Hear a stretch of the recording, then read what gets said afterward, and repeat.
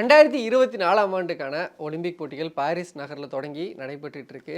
India இதுவரைக்கும் 3 வெண்கலப் பதக்கங்களை வென்றிருக்காங்க. இப்படிப்பட்ட சூழல்ல இன்றைய தினம் இந்தியாவுக்கு ஒரு நல்ல தினம் அப்படின்னே சொல்லணும். ஏன்னா பல போட்டிகளில் அடுத்த கட்டத்துக்கு முன்னேறி இருக்காங்க. அதாவது சோலோ கேம்ஸில் ஒரு ஃபைனலுக்கும், டீம் கேமில் ஒரு செமிஃபைனலுக்கும், ஒரு குவார்டர் ஃபைனலுக்கும் முன்னேறியிருந்தாங்க. ஸோ அதை பற்றி தான் நம்ம இந்த வீடியோவில் பார்க்க போகிறோம்.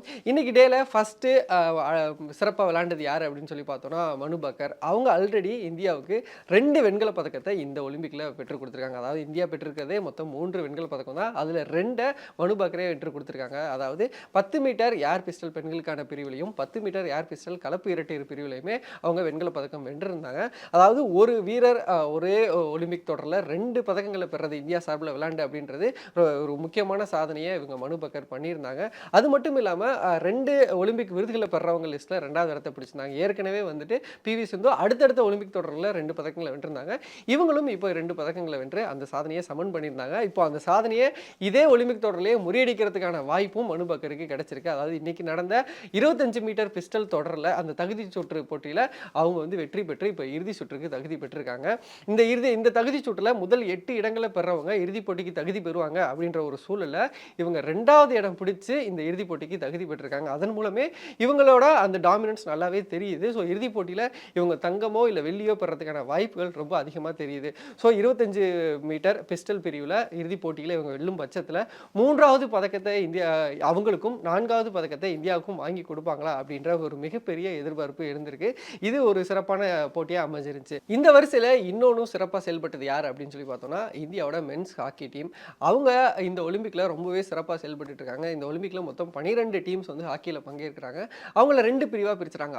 6 டீமா. இந்தியா பி பிரிவில் இருக்காங்க. அதில் இருக்கக்கூடிய மித்த 5 டீமோட விளையாண்ட போட்டிகளில் 3ல இந்தியா ஜெயிச்சு அந்த டாப் 4 ஸ்பாட்டுக்குள்ள அப்படின்றத கன்ஃபார்ம் பண்ணியிருக்காங்க. இப்போதைக்கு வந்து 2வது இடத்துல இருக்காங்க. இதன் மூலமா இந்தியன் டீம் குவார்டர் ஃபைனல் போகிறது அப்படின்றது கன்ஃபார்ம் ஆயிடுச்சு. அதுலேயும் முக்கியமாக வந்துட்டு அவங்க வந்து நியூசிலாந்து ஜெயிச்சிருந்தாங்க, அயர்லாந்து ஜெயிச்சிருந்தாங்க, இப்போ ஆஸ்திரேலியாவை ஜெயிச்சிருக்காங்க.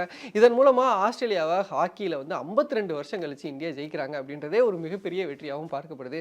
அது மட்டும் இல்லாமல் இந்தியன் ஹாக்கி டீமோட கேப்டன் ஹர்மன் பிரீட் வந்து ரொம்பவே ஒரு நல்ல ஃபார்மில் இருக்காரு. 5 மேட்ச்ல 3 கோல் அடிச்சிருக்காரு. ஸோ அவரோட ஃபார்ம் அப்படியே கண்டினியூ ஆகும் பட்சத்தில் இந்தியா குவார்டர் ஃபைனலையும் சரி செமிஃபைனலையும் சரி நல்லா பெர்ஃபார்ம் பண்ணுவாங்க. ஒரு கோல்டு மெடலையோ இல்லை ஒரு சில்வர் மெடலையோ இந்தியாவுக்கு அவங்க வாங்கி கொடுப்பாங்களா அப்படின்ற எதிர்பார்ப்பும் ஏற்பட்டிருக்கு.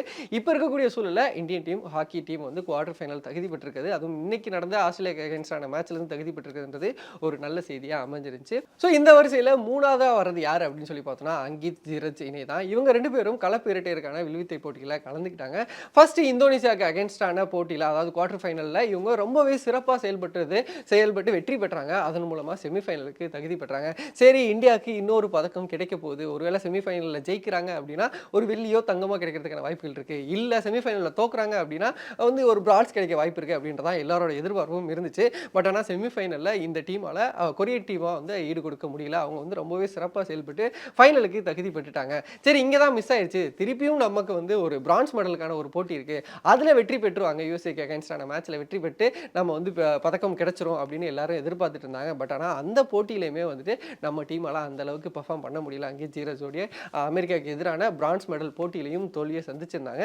என்னதான் இவங்க தோல்வியை சந்திச்சிருந்தாலும் பட் ஆனால் செமிஃபைனல் வரைக்கும் போய் ஒரு நல்ல ஃபைட் கொடுத்தது வந்து பலராலையுமே பாராட்டப்பட்டது. அந்த வகையில் இன்னைக்கு டே வந்துட்டு ஓரளவுக்கு இந்தியாவுக்கு ரொம்பவே நல்லா அமைஞ்சிருச்சு அப்படின்னே சொல்லணும். ஏன்னா மனு பக்கர் வந்து 25 மீட்டர் பிஸ்டல் பிரிவில் இறுதிப் போட்டிக்கு போயிருக்காங்க. அதே மாதிரி ஹாக்கி டீம் வந்து குவார்டர் ஃபைனலுக்கு போயிருக்காங்க. இவங்க ஒரு செமிஃபைனல் வரைக்கும் போய் ஒரு ஜஸ்ட்டில் வந்துட்டு அந்த பதக்கம் பெறதுக்கான வாய்ப்பையும் இழந்திருக்காங்க அப்படின்னு தான் சொல்லணும்.